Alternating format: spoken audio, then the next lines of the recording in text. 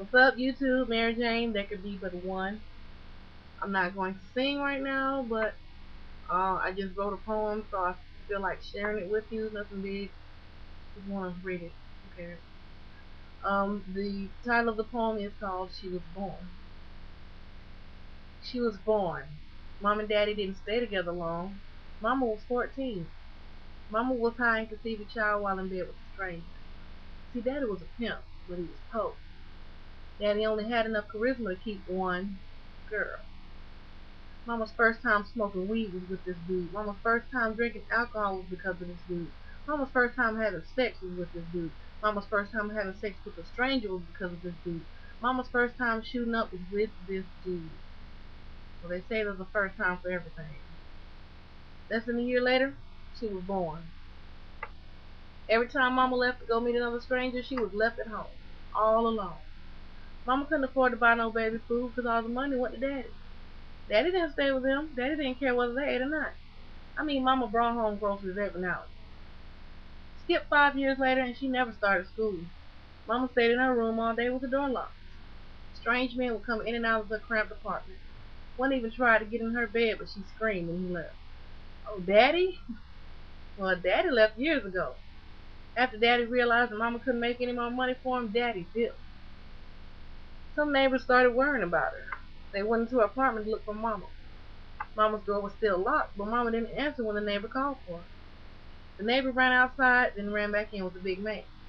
The big man kicked down Mama's door, and there was Mama, laying on the floor with a needle in her lifeless arm. She stood in Mama's room, looked at Mama, and took a deep breath.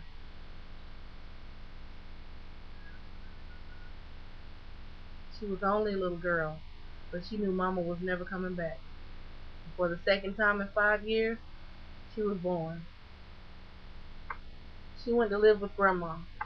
She was growing up fast, and Grandma couldn't keep up with her all the time. Her grades weren't that good because she started school late, and she had to catch up with the other students. Grandma tried to discipline her, but she ain't never been disciplined before.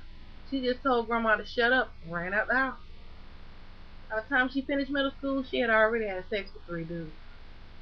She was 14, but see, she thought she was grown and could do whatever she wanted to. She was smoking weed, drinking, popping X, and playing with her nose. If her boyfriend didn't have any money, she would steal it from Grandma. Grandma grabbed her, hugged her tight, and prayed, Lord, please kick that devil out of this little girl. God, I know her mother wasn't capable of raising her the right way, but God, I'm trying my best. I can't do it alone, Lord. I need your help. Amen. She wasn't paying no attention to Grandma. She just wanted to go meet her boyfriend so they could get high. One day, Grandma hid the money and she couldn't find it. Her boyfriend didn't have any money either, so he came up with this great idea. Hey, I know a few dudes who will give us some money, but I'm gonna need you to go and get it. Why you need me to go get it? Cause you gonna have to give them something first. Like what? She knew what he was talking about. She played dumb. Come on, you know what they want. Come on, do it for me. She couldn't resist when he said those words. She found herself in bed with 3 dudes that she didn't even know that well. They all took turns violating her young body. When the dudes finished, they told her to get out and didn't even pay her. But you know, she didn't even care about the money anymore. Because while she was laying in that bed, for the third time in 14 years, she was born. She realized that this is the same way her mom started out. She ran home, cried, and apologized to Grandma. She graduated in the top 5% of her class and went to college. In college, she learned the truth about a lot of things that they lied to her about. She made valedictorian, so at her graduation ceremony, she made her speech. This was given to me because of my grades. Apparently, I made the best grades out of everyone in my class. Some would say that this is because I'm smarter than the rest of my fellow graduates. Personally, I wouldn't say that I'm the smartest. I would say that I have earned it. Almost 20 years ago, I never dreamed of being in front of you like this. I was headed down a horrible path, and for a minute, I didn't care if I ever turned around. But something clicked in my mind. She turned away from the audience. This speech is not for my fellow graduates. It's not for the faculty. It's not for any of them.